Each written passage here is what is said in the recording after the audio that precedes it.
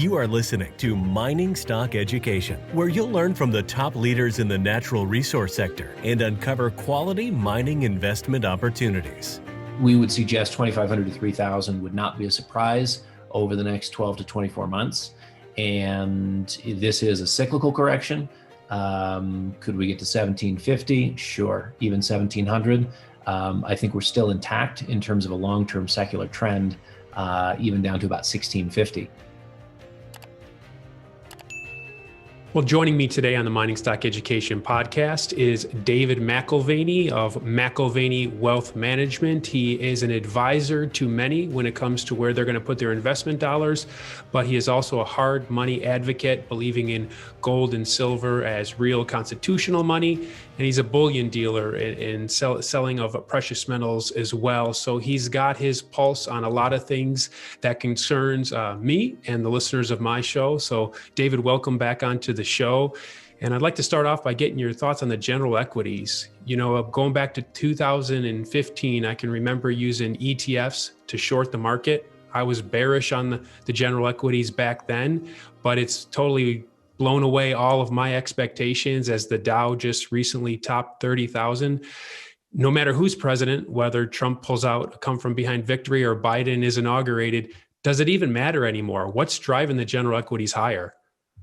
Yeah, I mean, there is a clear move higher in the equities market for two things, two reasons that stand out to me. One is the footprint of the Federal Reserve and continued promise of accommodation, both monetary and fiscal.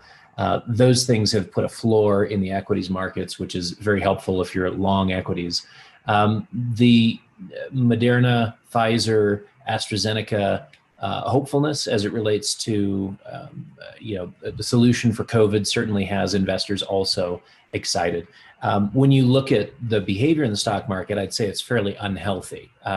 A lot of the big moves have come in your most shorted stocks and sectors. So, for instance, the Goldman Sachs short index is up 30% year to date, with the S&P up about a third of that. So, you've had triple the performance, and you say, well, those are the companies to own. No, actually, those are the companies that were shorted for a good reason, and a lot of the energy that you've seen there is in fact short covering. So, what I would say is that we're going to continue to see upside in the equities markets until there's a reason for it to move in the opposite direction.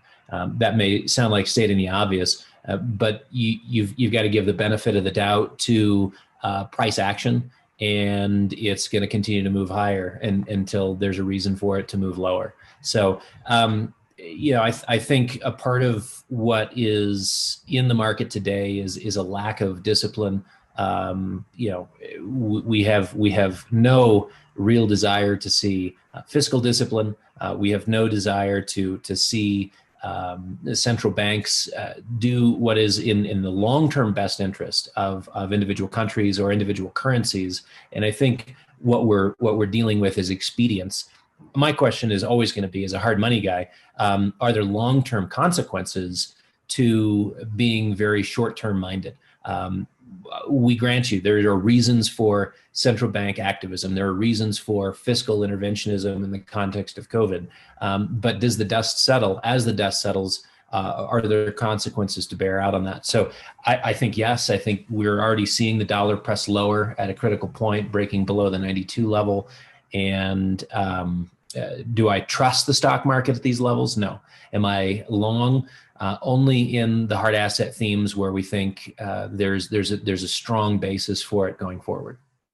So what percentage would you, when you're advising a client, what percentage of your client's portfolio would be exposed to the general equities, and what percentage would you put them in the physical precious metals? Well, I'm going to start with a different question, which is what percentage to cash, which is really an indication of our concern. And if we're looking at risk and reward, how much we want out of this market. I'm willing to underperform the general equities market when the general equities market is being driven by things that I think are unhealthy. And we put together a fairly complex scoring of various inputs within the financial markets, and would describe this as a very treacherous investment market. Having said that, the prices can continue to go higher. So we're between 35 and 40% cash today. And you could say we're evenly split between precious metals equities on the one hand, and general hard asset type investments, whether it's infrastructure or global natural resources or very specific especially real estate and things of that nature. But the themes that we're all interested in, or I should say all the themes that we're interested in have a hard asset bent to them. That's just how we manage in our asset management strategies. We focus on the junior miners a lot on this show. So when you say exposure to the gold equities, what equities in particular are you putting your clients in? The ETFs or Barrick or Newmont? We're going to focus on sort of the mid-tier to, march higher to the top of the food chain. But some of the companies like a Barrick, we don't have an exposure to for specific reasons, whether it's leadership or quality of assets. Everyone's balance sheet is improving, which is nice. So there are some broad generalizations which can be made about the sector. But we're still very interested in specific names. We don't like ETFs, and feel like we can do fundamental research and reveal better value for our customers that way. So mid-tier, we don't deal a lot with the junior miners or exploration companies. And it's not to say that there's not a speculative benefit to those exposures. There definitely is. And it's an area that I might have a personal interest in, but when we're managing other people's money, it is in balance with risk and reward, not just how much money can I make today, but how do we construct a really quality balanced portfolio that has healthy exposures and doesn't have surprises, downside surprises. In the past week, when gold kind of falls dramatically, do you get a lot of calls from clients, or is your clientele pretty well versed as to why they hold gold so they're not in panic mode? We write a one-page summary every Friday called Hard Asset Insights. That's on our wealth management website, mwealthm.com. And I think between our proactive communication and the fact that we do quarterly calls with our clients to let them know what our views are and how, whether it's current events or political analysis or what have you is impacting the structure of the portfolio. I don't think there's many calls because we do a really good job keeping in touch with folks. So there's really no sense of panic. And in this environment, we've got a healthy exposure to metals and mining, but it's not an all-in bet. So we're also not in a position where we're turning white-knuckled in any stretch, because with a healthy cash position, we've got lots of options open. And with broader diversification into those other areas, specifically infrastructure, real estate, and global natural resources, while we see some hit from a metals downstroke, it's not very disconcerting, because I think our portfolio construction has been superb. Is there downside support to the gold price right now that you're looking at from a technical level, that if it was broken, it would be of concern to you? I'd love to see 1775 hold. We've been expecting sort of 1775 to 1805 as an area which made sense from chart standpoints. And I think we've got more significant support at lower levels. But I think what we're really dealing with is something of a cyclical sell-off. I mean, this is firmly a secular bull market in the metals. And it's very normal to see any asset trade up and down on its way to higher levels. We would suggest 2,500 to 3,000 would not be a surprise over the next 12 to 24 months. And this is a cyclical correction. Could we get to 1,750? Sure. Even 1,700. I think we're still intact in terms of a long-term secular trend, even down to about 1,650. So, we're not discouraged. In fact, this is kind of what we look for and are grateful as we have new assets coming in. We get to get more fully allocated at attractive prices. And we haven't been chasing this on the upside. So, clients are giving back a little bit of their gains But with this volatility, again, I think portfolio construction goes a long way towards people being happy. How would you describe demand for precious metals relative to March, April, June, when the metals were really rising? Yeah, there was a lot more in that period of time, March, April, May, in June. I think that was a pretty spectacular point of demand. I would say this, you've got folks who are approaching the metals market in a very astute fashion today. We're seeing some very large interested investors who to this point have been doing other things and have been doing them well. And for the first time in a generation are looking at the metals as something they want to diversify into.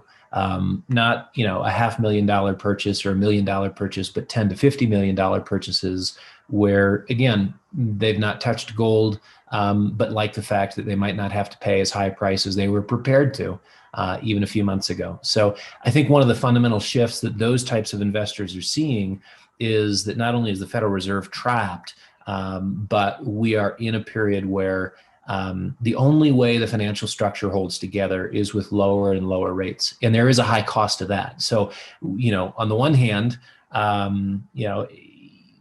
this is one of the reasons why Janet Yellen just a few weeks ago said, yeah, we've got plenty of room to increase deficits. It's because rates are as low as they are. But it also implies that there's going to be a long-term relationship here between the Federal Reserve and the Treasury Department to keep rates lower, to accommodate what is arguably necessary today, but by the end of next year, probably reckless spending. What does that mean for the dollar? What does that mean for the fundamental argument for gold in a low to negative real rate environment? I think you're looking at all green lights. And anyone who's concerned about the current price structure, this is just not significant volatility. Fury Gold Mines is a Canada-focused exploration and development company committed to aggressively growing its scalable, high-grade gold assets with major drill campaigns planned across its 3.5 million-ounce portfolio. Fury is led by a management team of proven explorers and developers with a track record of success in advancing and financing project development. Fury Gold Mines is well-positioned to create value for investors with low-risk development growth and the potential for a new major discovery. Fury Gold Mines trades on the TSX and NYSE American under the ticker FURY. To learn more, go to furygoldmines.com. That's furygoldmines.com. Earlier in the year, I know some friends that were pointing out to me Bitcoin was performing like a safe haven as gold was. Recently, Bitcoin has outperforming gold. So there have been people that are saying, I'm going to sell my gold and move into Bitcoin. These are social media posts for what it's worth. Any commentary here you could provide as a hard money advocate? Yeah, I think that a cryptocurrency exposure makes sense if you're talking about a small percentage of assets, 1, 2, 3% at most. It is still primarily a speculation. And most of the best arguments for cryptocurrencies are borrowed from the gold market. And it's kind of a cut and paste from why you would want to own gold. And lo and behold, it has yet to play out through multiple cycles, the legitimacy or even the durability of the cryptocurrencies. So I'm still in the camp of a skeptic, not because of what cryptocurrencies could be, but specifically because of what governments can do to them. You're in a market which is totally controlled. I mean, today we are having this interview, and it's through a medium which can be instantly shut down.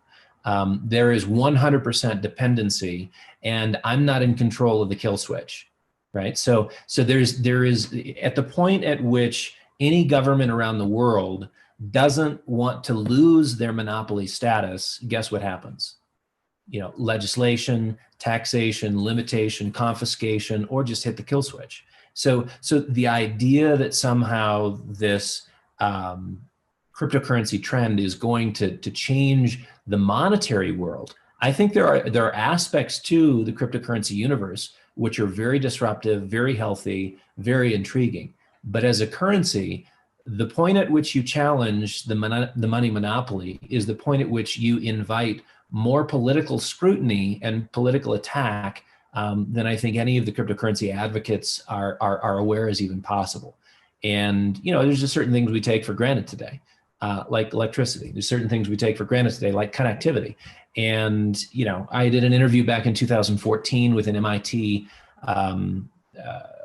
professor, Nazli Shukri, and the whole conversation was who controls the internet.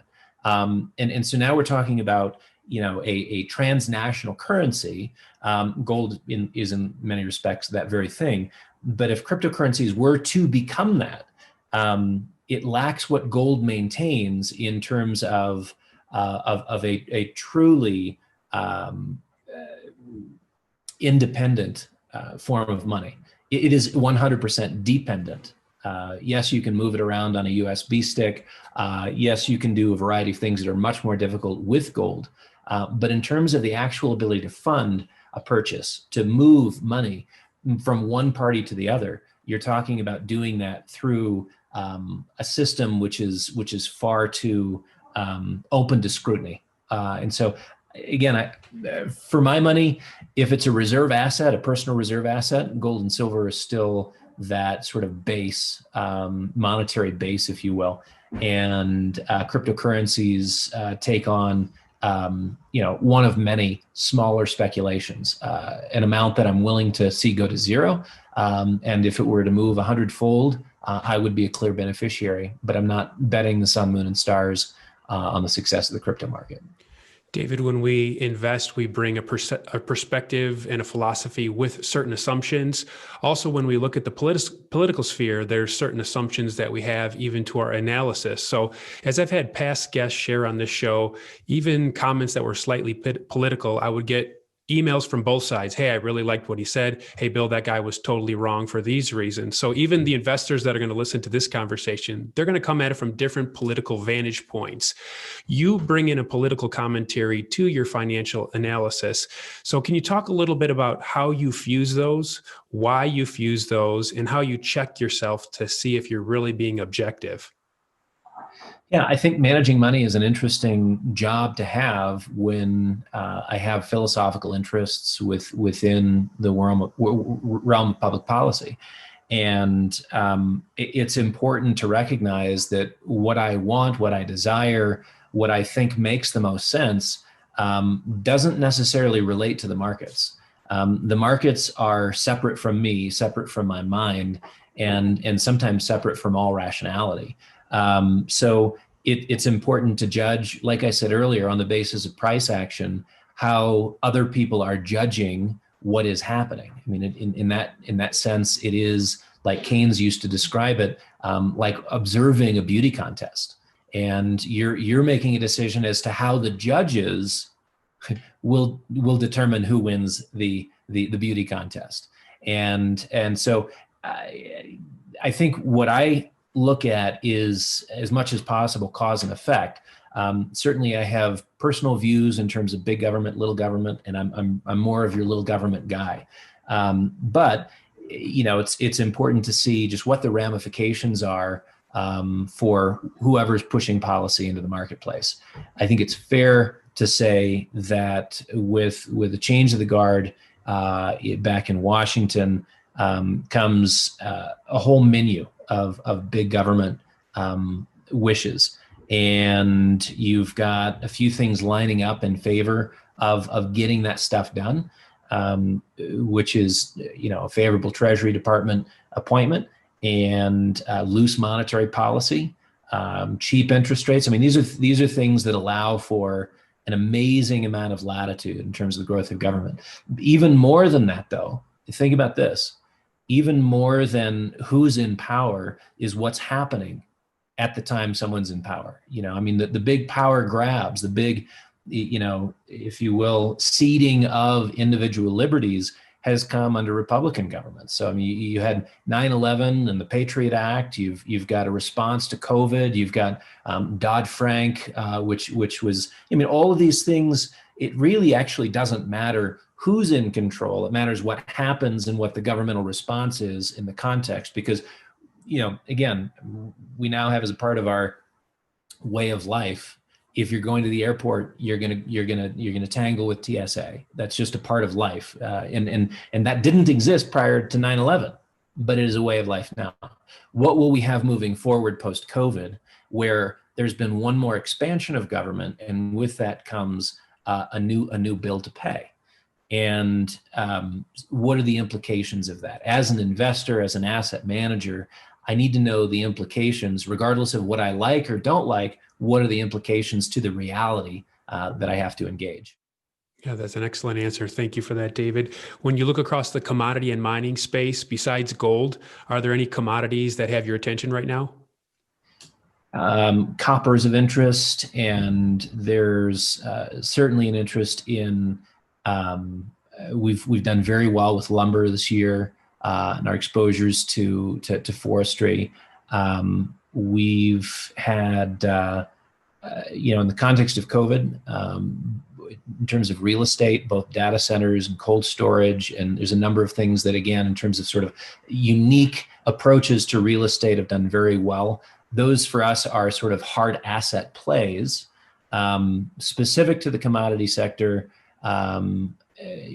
Most recently, the rebound in oil has been very helpful for some positions that we've taken there. I'm still concerned that we haven't seen the global economy come back on stream, right? So I would say that our global natural resource segment is underallocated and underinvested. And although there's other commodities that are of interest to us, we're cautiously optimistic at this point.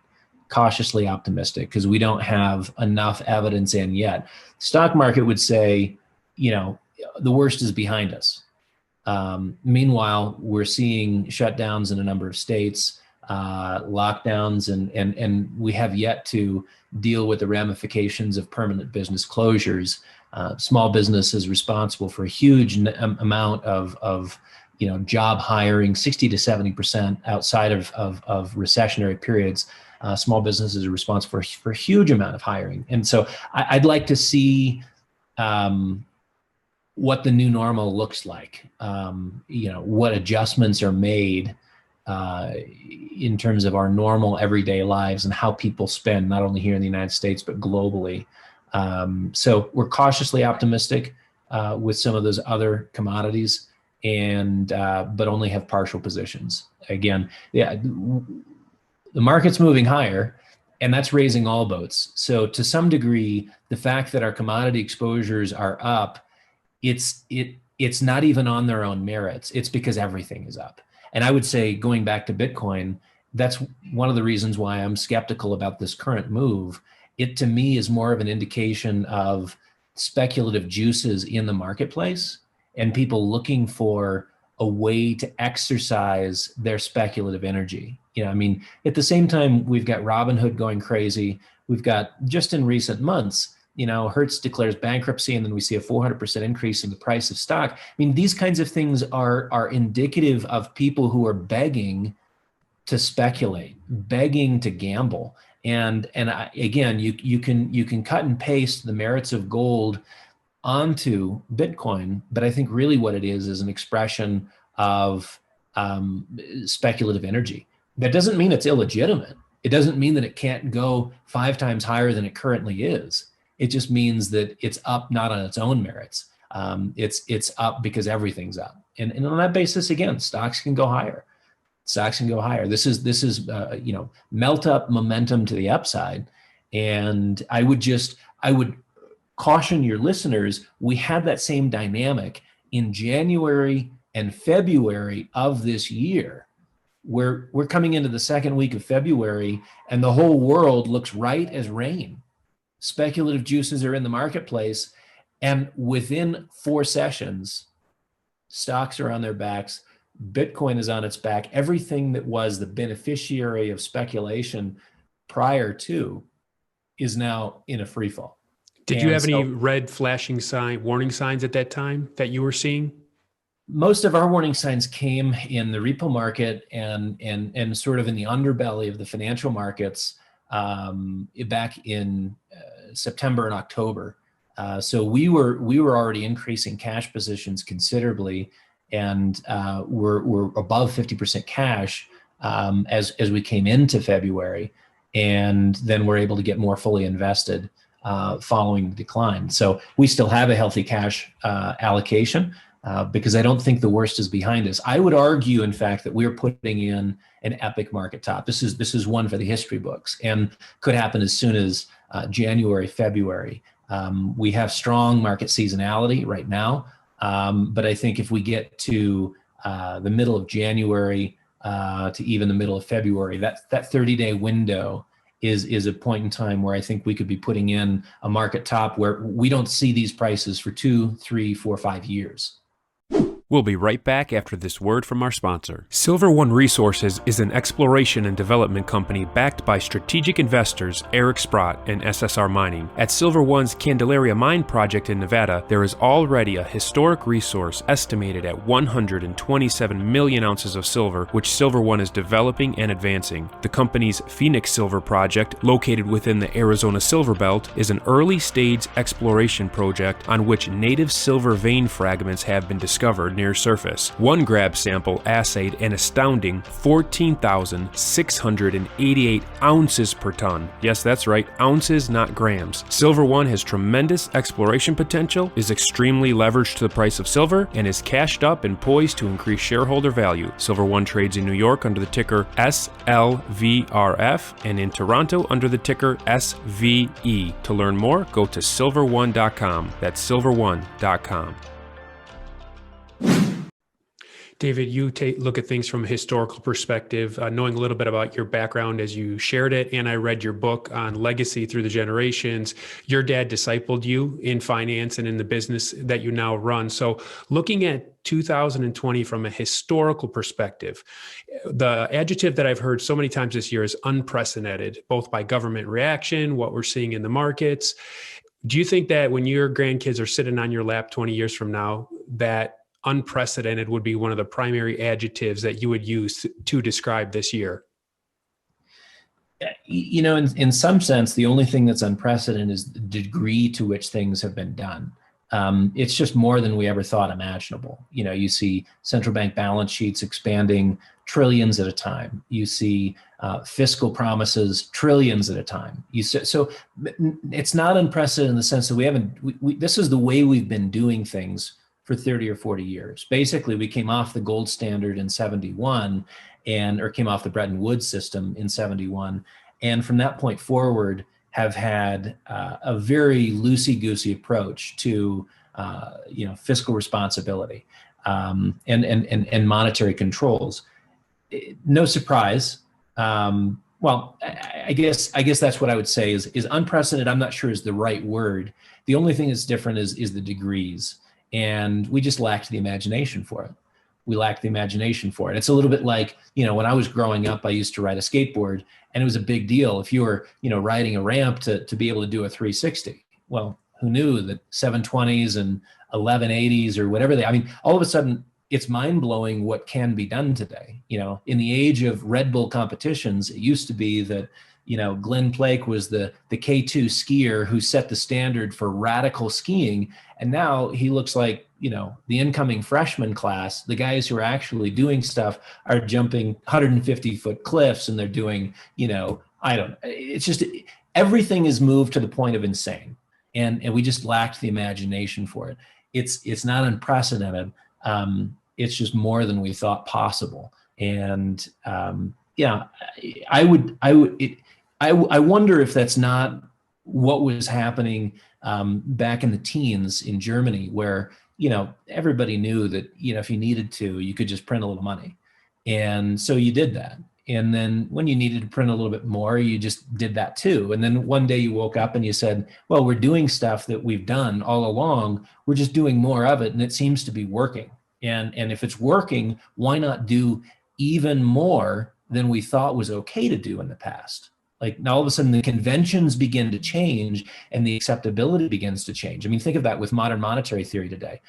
What is interesting is the compromise in terms of our ideas.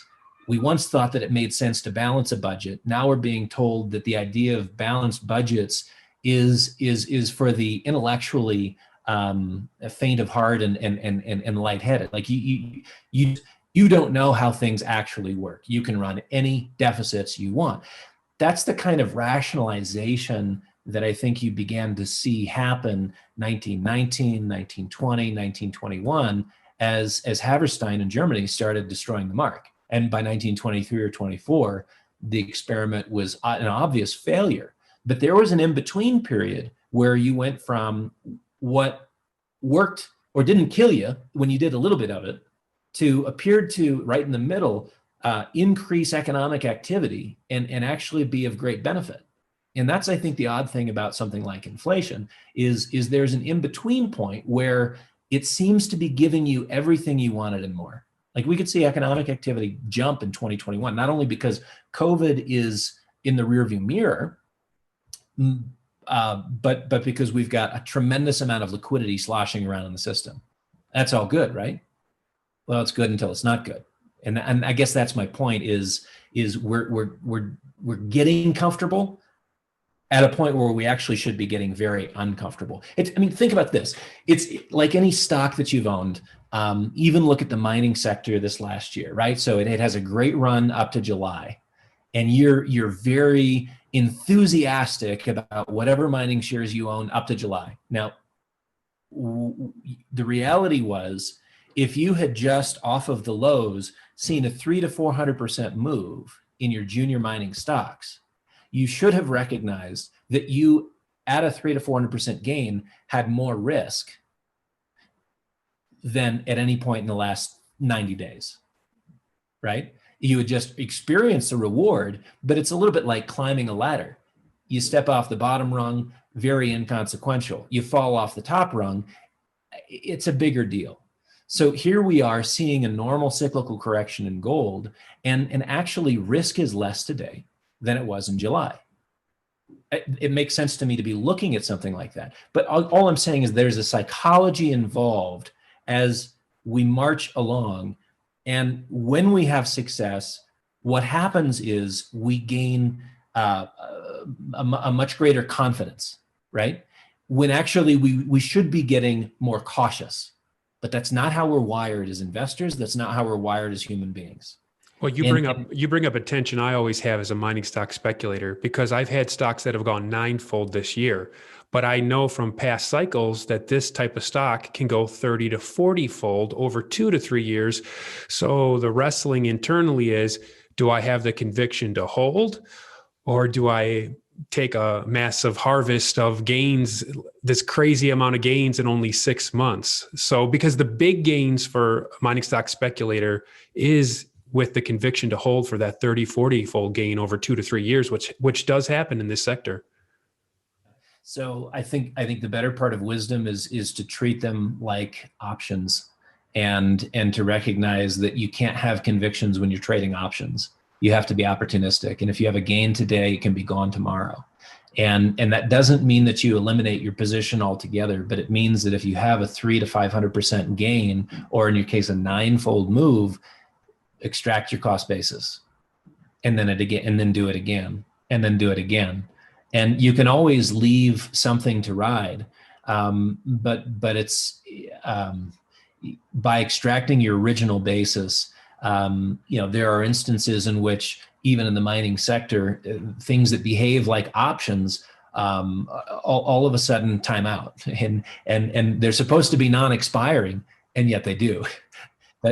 So by being aggressive, that's where I think, being an advocate for the sector, you also have to recognize that these are assets that are violent on the upside and violent on the downside, and in having perfect timing and having a perfect crystal ball and being able to perfectly chart the moves and benefit, it's impossible.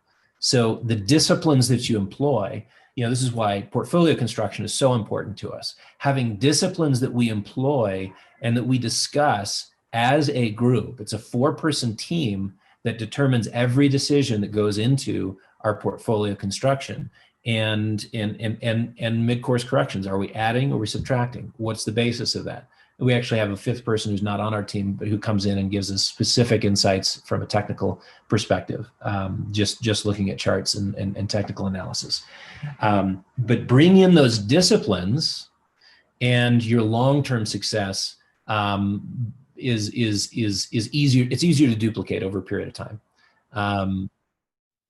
Yeah, thank you for that insight, David. And you have your weekly podcast, the McAlvany Financial Weekly Podcast. And where else can my listeners follow you? Yeah, the weeklycommentary.com is where we do our podcast. And yeah, I've been doing that for 13 years now, and really a treasure trove for interviews with various people from all around the world, various central bankers and academics and things like that. For those who are interested in sort of kicking the tires on our gold offerings, I think vaulted.com, VAULTED, vaulted.com is a great offering, and it's a great way to enter the gold market with $5 or $500,000 or whatever amount. It's a joint program that we have with the Royal Canadian Mint, and you can look at it online. It is an online-based program. Those are great ways to get to know us. I mean, we're all over the place. Our wealth management group, again, hard assets is our focus. And, we're looking at something that performs well through multiple cycles. And we do think we've got the wind to our backs, to own real things. This is an era of time where if you can stub your toe on it, it probably makes sense to own it. So, old brick, a cell tower, there's a lot of things that fit, the hard asset category for us that are, 21st century iterations or go back in time as tried and true. But I think the impacts of what we have over the next, not just 4 years, I really don't. I mean, Bill, this is. We think of the $27 trillion that we have in sort of current debt as the issue.